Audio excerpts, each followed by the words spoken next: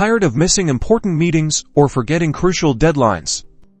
Let's master Google Calendar notifications in under 90 seconds. First, let's adjust the default settings for all events on your computer. Open Google Calendar and click the Settings cog in the top right corner.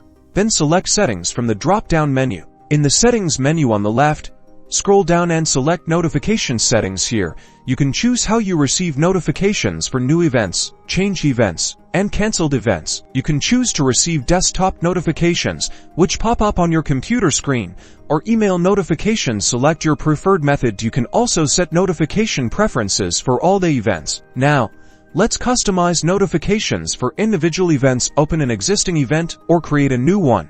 Then click the Edit Event pencil icon. In the event details, find the Add Notification option. Click on it to add a specific reminder. Here, you can choose how far in advance you want to be notified. For example, 30 minutes before the event. Select your preferred method, a pop-up notification or an email. You can add multiple notifications if needed. What about your phone?